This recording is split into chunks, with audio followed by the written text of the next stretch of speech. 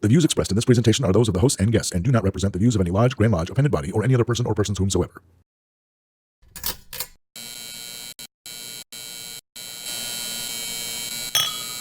Brethren, we are at Refreshment. I'm a cool guy, right? You know, we're cool. He's like, yeah.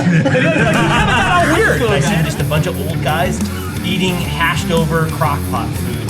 And well, you're just not high enough up in the conspiracy. Oh, yeah. And the potentate is right where you are. And what does he do? He just starts laughing his ass off. Welcome to the At Refreshment Masonic Video Podcast. I'm your host, Wesley Reuter. This is your place for Masonic fun and libations. Let's introduce everyone else. We got... My name's Brock from Raven, 303, confirmed. Yoshi, Villa Park Lodge, number 1113. Marty, Villa Park, 1113, Alcohol Shaman, Namaste.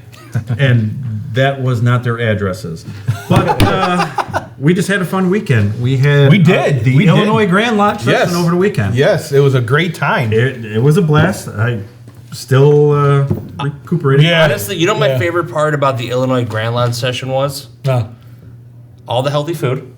Oh, yeah. Horseshoes, yeah, those are really healthy. Yep. All the times where we had fresh squeezed juices. Of course. And getting to bed at a reasonable hour. Oh, of course. Of course. That's always the best part of Grand Lodge is going to bed early, no drinking, all the healthy food. It's wonderful. Honestly, when you lock eyes with a brother and it's 7:45 at night and each of you just had your kale smoothie and you're going up to bed to put on your footy pajamas and you're going to lay in your bed and you're just going to go, I love Masonry. I can't wait for tomorrow session. Yeah, that's a good Exactly. Session. No one ever walks out in the halls naked at Grand Lodge. No, never. Never happens. Nothing like that. No, that never happens. If someone told you it did, they're a liar. So at Grand Lodge this year, if you've never been to Grand Lodge in Illinois, it's 2 days here. I don't know where. Yeah, they're all pretty similar, just from what I've looked. All the communications seem to be 2 to 3 days, and we're very blessed in Illinois that ours is on Friday Saturday. We're like, I've seen a lot of places do it on Monday, Tuesday, which I'm sure is great to get hotels, convention centers, and all that. Everybody must be retired then. That's going. I have some friends from Michigan who did say once upon a time that it was designed to keep the young vote down. I've heard that was a hot topic. Let the conspiracy start. Drop that on this show. I don't know that to be true, and most likely if we talk to their Grand Lodge, that's not true. It'll just be venue. Oh, we get the venue for this on a Monday, and the hotels are this. Yeah. Which our Grand Lodge is very blessed that we have a whole arena that gets donated to us or something of that nature. Yeah. I forget how it works. I think if we book X amount of hotel rooms, we get a free arena. Yeah. I don't know. You know what though? Like all joking aside, look, we go down there and we have a great time. I mean, for those couple of days, there's hundreds of us down there meeting each other. Enjoying each other's company, partying, going out, enjoying, whatever we can that's around there, like with restaurants and just sightseeing and whatnot. And also, all right, look, I'll say it, this session, sometimes it's a little boring to hear all the, the introductions last 2 hours. Yeah, introductions last 2 hours. But you know what, though? You will not hear anything like it with hundreds of us all saying the Pledge of Allegiance at the same time. And then all of us, after prayer, everybody in that room saying, so mote it be. That's just such a powerful moment, man. Such a powerful moment. It makes just pride. Just pride. You know what I'm saying? I love it. That's very cool. And you need to go one year. Well, dude, I would have been there, but unfortunately I broke this arm or wrist right here. So literally the few days before everybody left for Grand Lodge, so I was icing and elevating. Yep. He really. I watched live. He really didn't want to go. He's like, Wes, I need to get out of this. Like, just put your arm in the door of the car and just keep slamming it. Icing and elevating sounds like a weird clandestine degree. Yeah. Well, when I started doing the hand sign, I thought, oh shoot. Yeah, are you able to do your guards? Dude, I already did rod work, man. I'm already. I don't want to know about that. Hey. Courtney out of town confirmed. Yeah. that's awesome. So, but this year at Grand Lodge, we didn't have a lot to vote on, which is fine. It went made the day go by much quicker. Yeah. But I did notice there was a lot of changes when it came to the district deputy officers. A lot of hierarchy. It was. Yeah, there was a big, I almost feel like there was a 75% turnover in a lot of positions this year. We got a new district deputy grandmaster for our area for the 7th. Yeah. Now, our district deputy in the 7th, he's been there 10 years? I have no idea. I think he's been there 10 years. He's so. Kurt, yeah, great guy, kills it. I don't even know how he has as much time as he does, to attend all the Grand Lodge events. And then, to shake down every lodge for the inspections. And then, he's visiting and doing other whatever meetings they have to do. I mean, what is it, 4 or some meetings they have to do at the Grand Lodge every year? I have no idea. It's a full-time like every quarter job kind of almost, thing. being Yeah, a district exactly. officer. So we got a younger guy from a lodge a town over from us or whatever. He's a really great guy who travels a lot around in our district, and he's pretty well known. So it'll be exciting to see the changes, man. Yeah. It's kind of cool to see. It's always good to see younger guys stepping into those roles. Absolutely. Because they're fresh, The freshness, yeah. Yeah, exactly. And then, I mean, we are starting to have a pretty good upswing of younger men coming in. Oh, yeah.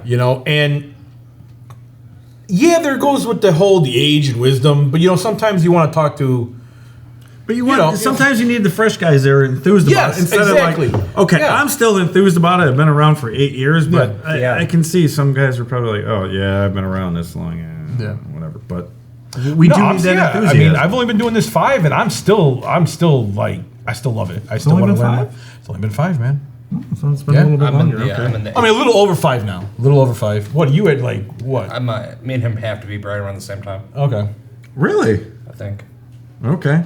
Am I the...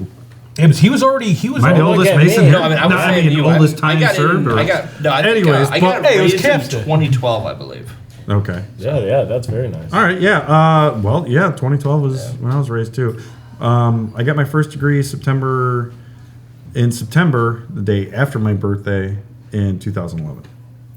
So I guess we're all right around the same area, except you're fairly new still. Woo, baby. It's all right. With Grand Lodge and the changing of all the district deputies, comes new officers. And one of those officers that goes with the district deputy is an education officer. And we want to introduce you to one of those new education officers for a district of Illinois. Will, come on out. Welcome, What's up, brother. How's it going, guys? Welcome. Will. Brock, how's it going? It's going good, man. So, Will, it's good to see you here. Good to see you, and Marty. please tell everybody your last name so we don't botch it. My last name is Anfeld.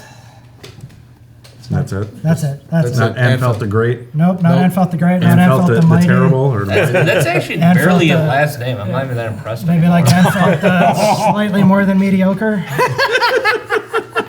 Okay, so the night before you were appointed officially in the session, I knew something was up with you, and I kept meaning to ask you, but I was busy that night too at that one party.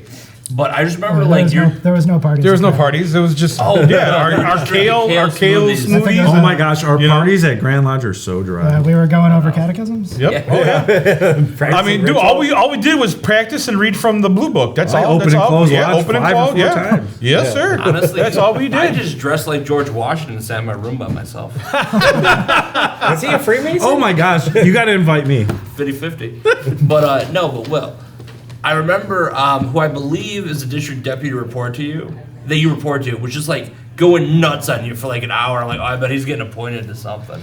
Oddly enough, that was actually the worshipful master of my lodge going nuts on me. Oh yeah. Yeah, we were. Well, what lodge? Tell us a little bit about you. Like, what lodge are you from? Give us your credentials. What other kind of stuff are you involved in? Yeah, so I'm the current senior deacon at Elmhurst Lodge number 941. I'm also the newly appointed district education officer for the 6 Northeast. Which the coolest thing about the 6 Northeast, we're all actually in the same building, so it makes my job of going to visit. Wow! Look at that! You ain't got to travel anywhere. No, that's awesome. Everybody is in my home lodge, so You ain't going to have to buy a new pair of shoes and travel anywhere. Because Elmhurst Lodge is 5 Masonic bodies in it, correct? Yeah, we've got Elmhurst Lodge, which I belong to. We've got Hellenic Lodge. We've got Men in Brotherhood. Green Dragon, which is our Saturday morning breakfast lodge. We've got Elmhurst. And then, gosh, who was the fifth that's going to kill me? Filipinos? Filipinos. Yeah, Filipinos. My friends are Filipinos. Hi, Brother Reno. Reno! Those guys are great. We, me, Marty, and I know you know Chuck, we did some degree work for them not that long ago. You know what? Great group of guys. I mean, the hospitality that they showed us was just wonderful. No, I mean, the Filipinos guys they're just absolutely second to none. For you guys who have not had a chance to get out to any other stuff. I think like half of the guys at Filipinos Lodge are members of Hinsdale. So. Yeah, I've seen them do a lot of cool degrees, like out at Acacia and stuff like that. Don't you guys have a Job's Daughter chapter too? We do have a Job's Daughters chapter in Elmhurst. I think they meet once a month on a Friday. That's cool. Yep. Yeah, real cool. Yeah. Shoot, what do you guys know about that? I don't really know much about Job's Daughters. Can you tell me, like, they just meet there? What do they do? I know they do the opening for Grand Lodge and things like that, right? Yeah, I know Job's Daughters in conjunction with the Rainbow Girls. They definitely took part this year in Grand Lodge. They did the cool, it was like the Living Square and Compass. Yeah. They give a little bit of background, like the women's suffrage and everything. It wasn't a Living Cross this year at Grand Lodge? Living Cross, Living Square. There's a Living Cross. They do a Living Square and Compass too? I don't remember that. That's actually what they did. Why did they do that at Grand Lodge? I mean, nothing against the cross. Just I've seen that.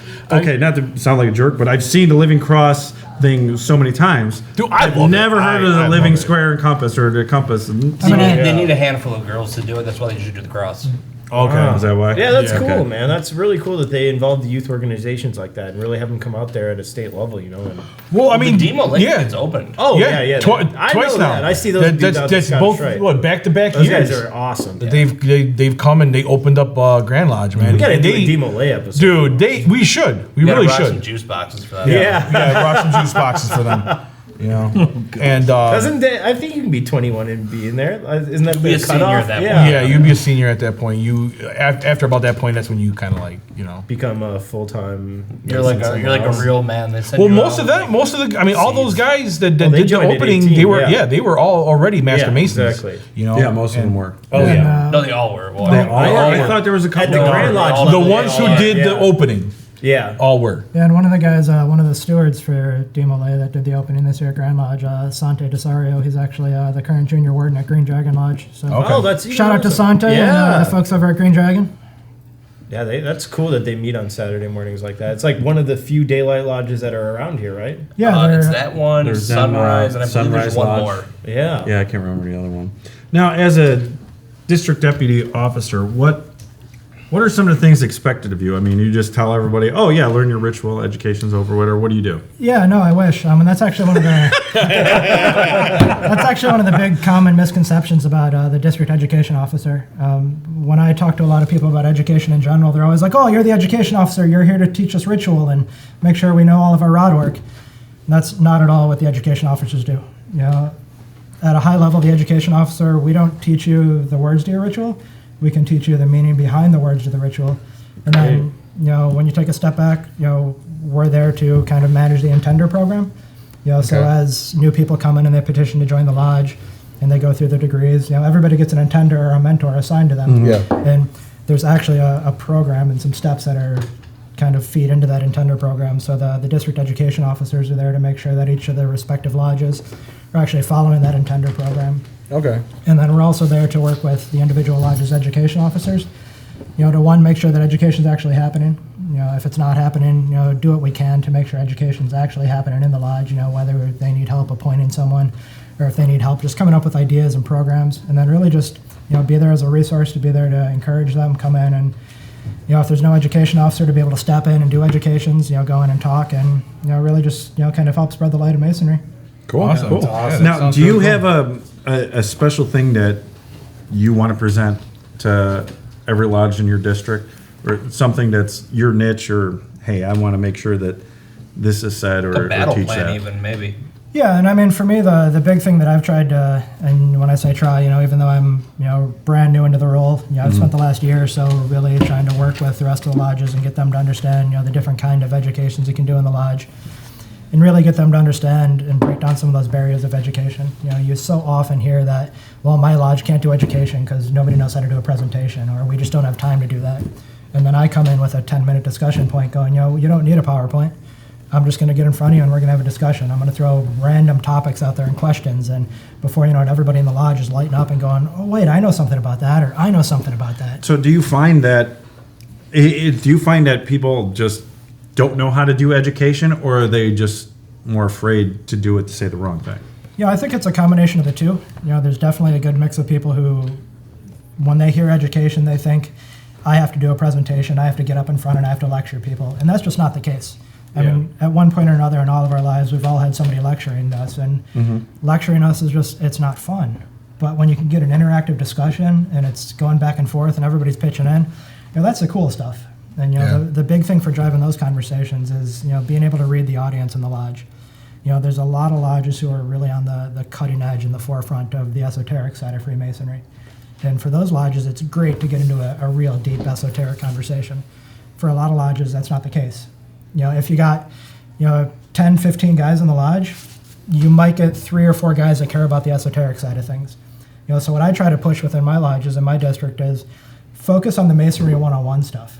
Focus on the much more high-level things that you can kind of get everybody engaged in. And then when it comes to those deeper topics, what I do for my lodge is I actually hold, outside of the lodge, we hold Masonic roundtable conversations. I believe you've done one in this room, if I'm not mistaken. Oddly enough, my lodge actually hosts our roundtables here at the Trollo Club. Oh, wow. Look at that. That's funny. There you go. I think a really cool guy gave you their phone number once. Yeah, I don't want to, I mean, not a real cool guy. Yeah, not a real cool, an okay cool guy. Perhaps a guy who has some shamanistic tendencies. Oh, and let me guess, you guys ate hashed over crockpot food. No. The food here is great. No, the food at the Trollo Club is not hashed over crockpot food. Yeah. No. The food's always good and the drinks are always cold. Yeah. It didn't have any broken bones to let marrow out in it or anything? Marrow. I just went a direction. So why education officer? So for me it was a combination of a couple of things. I'm a brand new Mason. I've only been a Mason now for a year and a half-ish. Oh, really? They threw you in the deep. Yeah, I mean, they threw you to the wolves, huh? I mean, I volunteered to be thrown to the wolves, but I mean, I proudly carry the stigma of being a festival Mason. I came in last year at the Grand Masters Festival. Okay, Don't feel bad about that. I don't feel bad. It's a badge of honor. And I'll tell you what. It is a badge of honor. I'm a Blue Lightning guy. Yep. I did it because of my leg. And if not, I wouldn't have been able to kneel through all that. Yeah. Yes, they probably would have said, "Oh, okay, do all that." But you know what? I'm not thinking that way. So, Will, do you want to know another great festival Mason?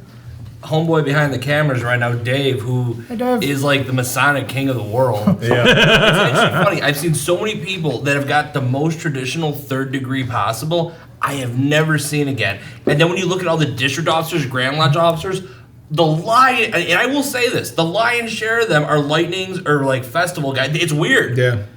It's true. Dave nodded at me from over there, so you know I'm right. Thank you, Dave. Yeah.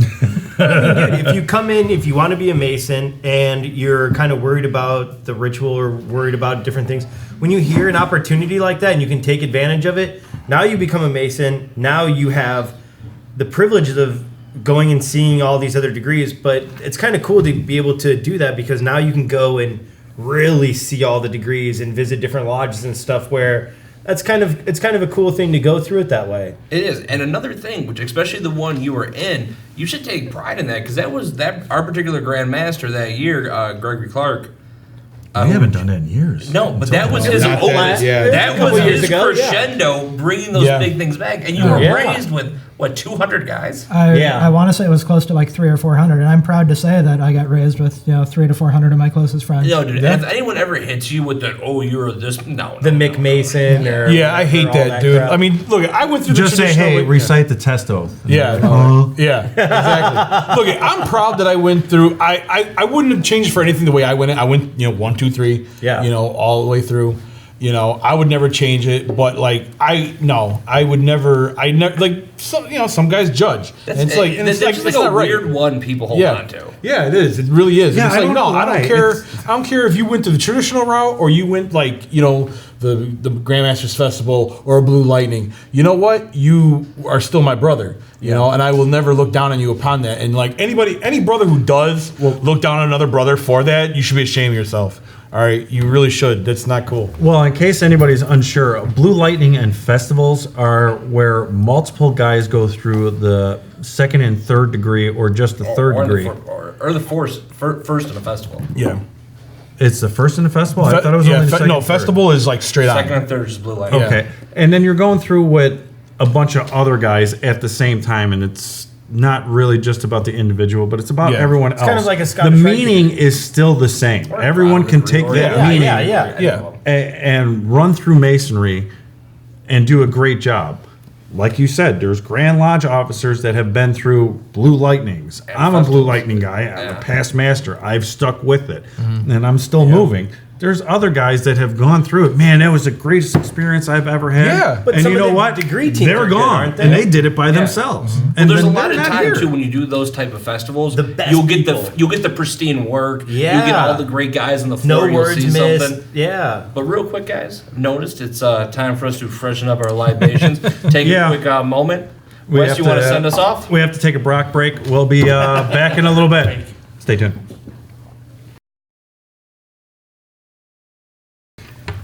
And we're back. When we left, we were talking to Will, and we had some questions off camera that we want to put on camera for you. First one is Marty.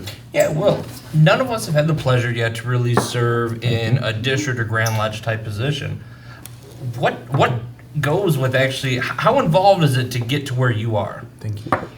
Yeah, so I mean, it was a fun process. You know, my predecessor, Grant Sabo, who's actually the current senior warden in Elmhurst. Okay. You know, last year at our official visit, when our DDGM came rolling through, you know, I kind of talked to him about, you know, what would it take to kind of step up. I wanted to get more involved at the district level.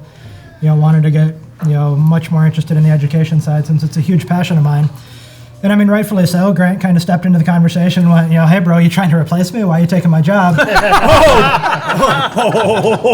I mean, Jeff kind of quickly, you know, pointed out, like, you know, you're the senior ward now. You're going into the East next year. So did you guys like have a trial by combat or something? It was pretty close. It was pretty close. You know, we pulled out our educational chops and compared them. But no, Grant realized, you know, going into the East next year, it was probably going to be hard for him to run a lodge and. Oh yeah, no. When you're in the East, when you are master of your lodge, man, That's an all. That's all you do, man. When you think, I'm gonna relax this day. Nope. So- Well, And you want your master to do that, though, man. Oh yeah. You want the worshipful master to dedicate his time yes. to the brothers in Right. the Yes. lodge and to that. So that's It can be tedious, but it can be very pleasing as well. And it's usually the only time when it's tedious is when you're doing something or you're involved with work that hasn't anything to do with Freemasonry, and then you get a question, All these- and then the question turns into this big thing that really shouldn't be anything. So, Yeah. Yeah, so after that conversation, you know, I kind of made my intentions known to our DDGM. You know, he kind of passed it on over to the area education officer to let him know that Grant was going to be stepping down and that I was interested. And that kind of kicked off sort of the vacancy. You know, there was a period where people got to apply for it. You know, the area education officer sent a message out to the district going, hey, anybody is interested, here's the job description, you know, here's the steps to apply for it. Yeah, I threw my name in the ring, put my application in, got a chance to interview with him, and here I am through the interview process. How many people applied? I don't know. Closely guarded secret. Closely guarded secret. Okay, you ran unopposed. That's cool. So no blood tests, no DNA samples have to do with this or anything. I mean, that's an education secret that I just can't divulge. You're not. You're not. Okay, so you're it's not a high sperm enough in the sample. conspiracy for me to be able to give that out. So, and technically, you signed up for at least right now 1 year term. Yeah, you know, my plan. You know, I'm the senior deacon in Elmhurst, so I know I've got at least 2 years till I get into the East. You know, assuming the lodge will have me, of course. You know, would you want to stay in 2 years if you're asked? No, absolutely. I mean, when I joined Masonry, you know, I was kind of the stereotypical guy who had all this, you know, crazy stuff in mind. You know, I saw all the nonsense online that most people see, and when they joined, you know, I kind of figured I'm going to get, you know, the keys to the kingdom. Nick Cage is going to give me a treasure map. And then, you know, I attended my first meeting, and my first meeting didn't involve Nicolas Cage or treasure maps. And I very quickly went, you know, where's the secrets? And then I got exposed to education, and it was, well, you know, the secrets are really... That is the secret. When I asked Nick Cage where the Templar treasure was, he's like, I don't know, I'm just leaving Las Vegas. I hope he was dressed as Elvis when it happened. Yoshi, that's hilarious. You had a question I don't think you asked? What's your goal, man? What like is there anything in particular you want to focus on for your year of being the educational officer? Do you Yeah. So I think one of the reasons that really pushed me into the role itself is, when you look at Illinois Masonry across the state, I really think we are on the cusp of another golden age in Masonry. Mm-hmm. I hope so. I 100% think education is the tip of that spear. Yes. When you look at Masonic education, that solves 99% of the problems lodges are having. Yeah. When you look at membership retention, membership development, packing seats. Yep. People aren't coming to lodge to listen to the bills and listen to the minutes. Yeah. No, they're not. They're not. Yeah, that's why I said when you stated meetings, the guys aren't in suits. Well, do you really expect the guy that's working 8 hours at a construction job to get in a suit to listen to the bills? Mm-hmm. Yeah. Seriously? Mm-hmm. And some do. Some do, right? But I don't expect everyone to do it. Yeah.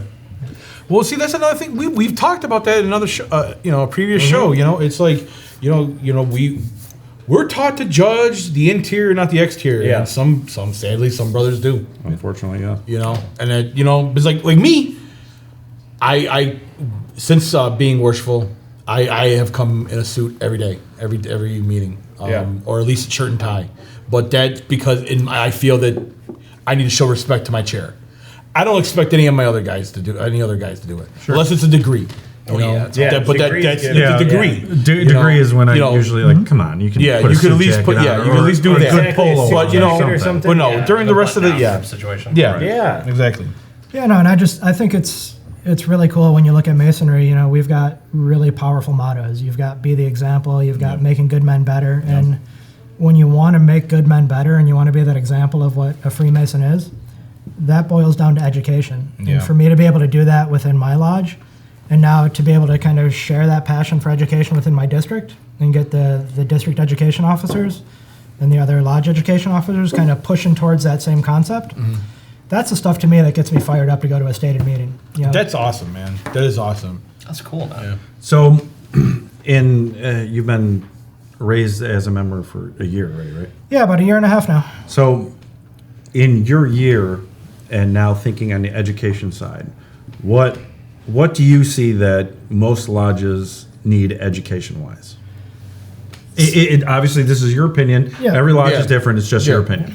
Yeah, when I think of my lodge, and I visit a lot of lodges in my district, and I've had the fortune of sitting in lodge with Yoshi and Marty here. As I try to attend the Villa Park meetings. Well, I wanted to be kind since they invited me on the show. It's okay. You can look this way too. It's okay.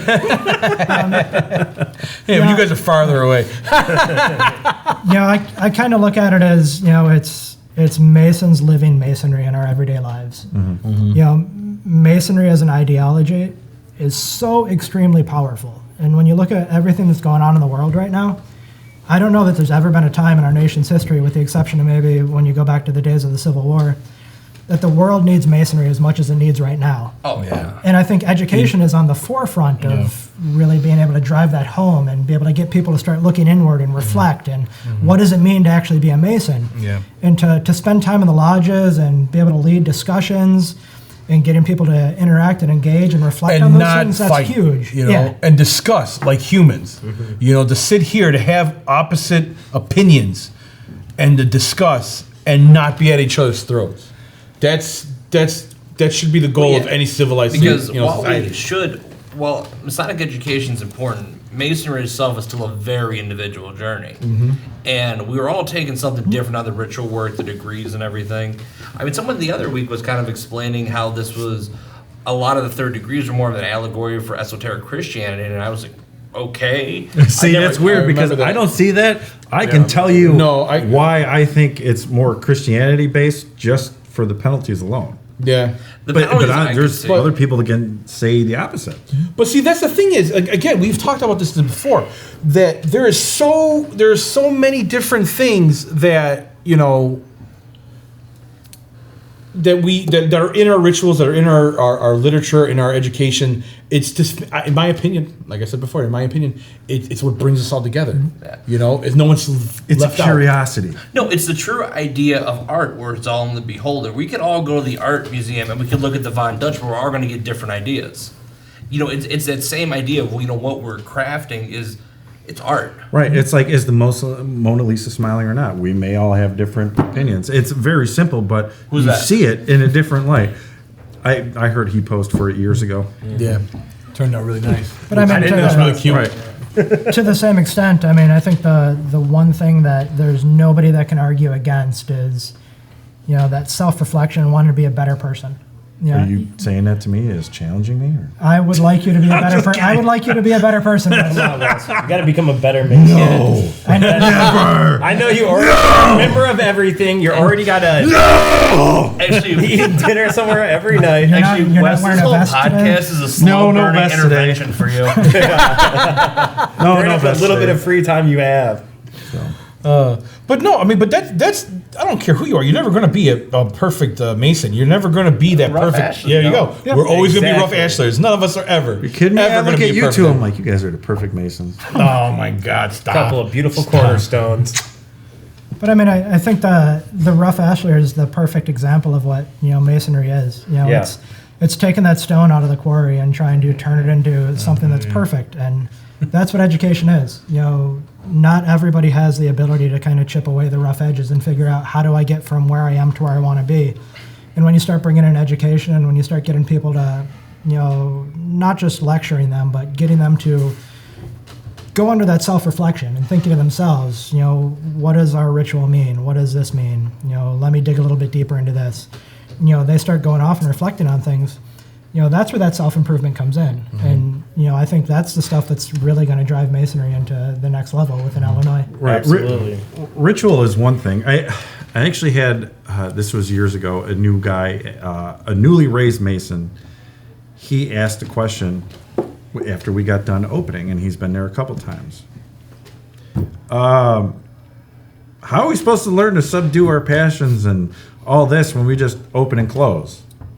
One guy's like, well, this is part of it, but when you are on your own, you're reading that ritual and you take everything to heart, that's how you're learning to subdue your passions and other it's things. kind of weird. Implied Mason. And it's the way he said it, and obviously I'm paraphrasing, it was just like, you know what? I never really thought of that. Well, a lodge but meeting it's is true. the least Masonic thing we technically do. Yeah. A lodge meeting In a for the most part way, is a business meeting. okay, a business meeting is a business is. meeting, no matter where you go, no matter what ritual you do. But in the ritual of opening and closing, and not just the degrees, but when you take that with you and then you try to apply that in your life, that's when you're learning to be a better man and applying And those things. and that's something that should be told to any brother coming in that's being that's freshly raised. Is like, you know, you have these books, But not don't just everybody read says it. that. But they should. You know, don't just read this once Tell and him then to tell them. That's his there you job. go. You better tell all of them what we just said, word for I mean, word. I can You know what I'm tell saying? You gotta keep on reading those books. You gotta keep on opening those books.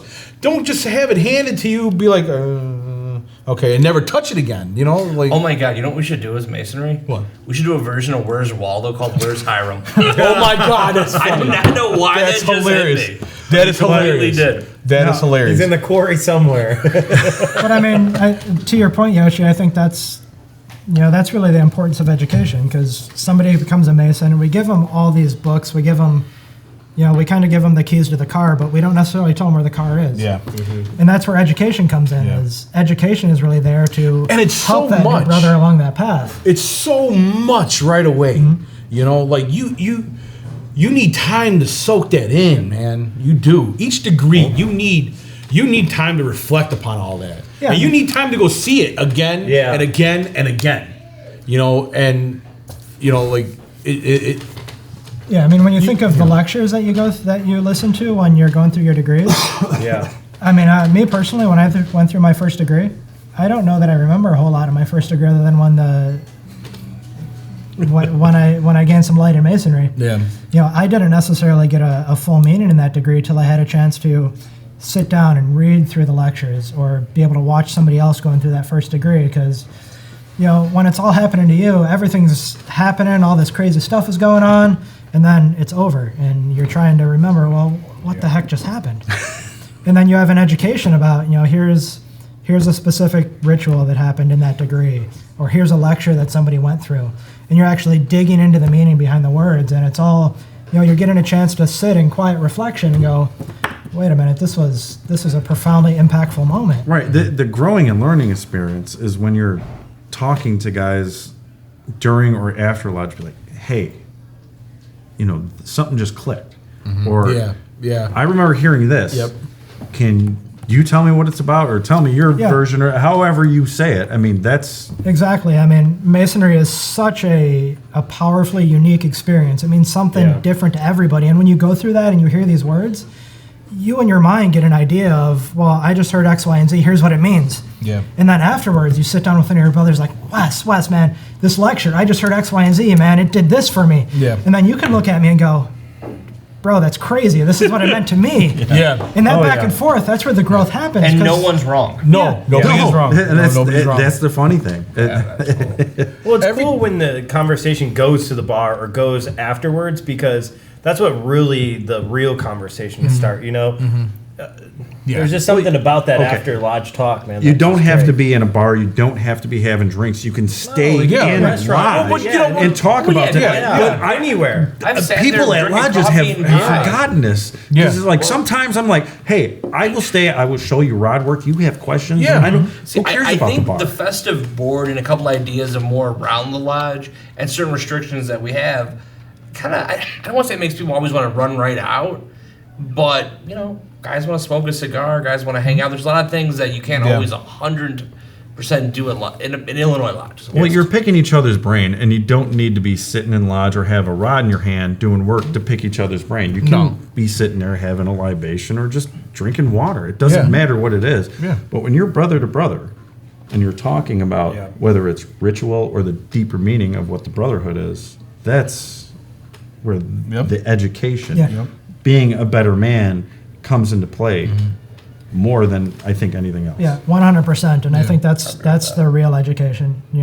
Education does not have to be PowerPoint slides and lectures. It's nice when it can be. Yeah, I mean, if you have people in your lodge that can, rock out a PowerPoint and get up in front and lecture, that's great. And if they're a good speaker like Marty, I've seen Marty give a couple speeches before, and I mean, dude, he provides some great education. Yeah. Man. I'm like a weirdo about reading stuff. Hey, dude, but call him when I seen here the rod work thing, I was like, dude, that was awesome. I did not know that. Yeah. That was cool. You did one or two educations about grotto and how you presented it. I'm like, is this really Marty? Sometimes I can stab it on. Right? He all of a sudden, he could just flip that switch. And if you could just leave that on all the time, it'd be great. Dude, honestly, my natural state is sitting there talking crap. But we know. Occasionally, I'm like, well, if you look at the Roman philosophy and you look through this lens, this is where the second degree truly comes in. And I'll hit you with 20 minutes of good stuff, and then I'll go back to normal. I'll be like, all right, so are we drinking or are we not drinking? But I mean, that just BSing with guys, that's some of the best educations. I mean, the first and, in my opinion, the best education I've ever done. I had the idea of standing up, and when I was, very freshly raised, the first education I ever did was just, here's why I became a Freemason. And I intended it to be just a 5 to 10 minute talk about here's why I became a Mason, and I challenged everybody in the lodge to reflect on why they became a Mason. And after I gave, my opinion of why I became a Mason and my experience, I just went around the lodge and walked up to people and went, brother, you've been a Mason for 20 years. I've been a Mason for 5 minutes. I'd love to hear why you became a Mason. And next thing I know, that education lasted longer than our business meeting. Everybody in the room was just bam, bam, bam. This is why I became a Mason. This is what it means to me. And guys over there going, oh yeah, I remember that. This happened to me and that happened to me. And that was just literally a 5-minute conversation I expected to have, where I just walked up to people and asked them basic questions. And that's the beauty of education. It doesn't have to be anything crazy. Right. It's just a conversation. It's just the guys getting together and talking. Mm-hmm. Learning from each other, because one thing, I know we don't talk about religion in our lodge, but sometimes if you ask, what do you believe in this and that, you learn more about the person. Yep. And more in-depth, a more grounded meaning of the person when you ask something like that. And it could be Freemasonry that falls in that as well.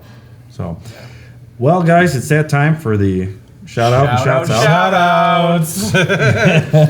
outs. So, do you guys have one? I know I have one, unless you guys thought of something before. To everyone we didn't know before we went to Grand Lodge this year that watched the show and took a couple minutes to talk to us and get to know us and get some of the coins off us. Huge shout out to you guys. And please, everyone I met that was super positive, just keep rocking what you're doing. Go back to your lodge and be the great Masons we know you are. Well, I want to say congratulations to all the new Grand Lodge officers in Illinois. And thank you for all the fans that came up and said hi, and we're doing a good job. Thank you. I appreciate it, even though I don't believe it. I've seen our numbers going up. No, our numbers are going up, but thank you guys. Hey, thank you guys for that. And Will, good luck to you, my friend. Yeah, Will, congratulations and thank you, man. A successful year to you. It's been a pleasure and an honor being on the show, boys. Absolutely, man. Thank you. And you're welcome to Grotto, man. Yeah, man. Welcome. Same time. Oh, yeah, I just put some... One golfer. That was a one golfer, yeah. All right. Woo! Well, everyone, that's our episode. Thank you for watching. We hope you have a good time. Please stay tuned for more. We'll be back. See you guys later.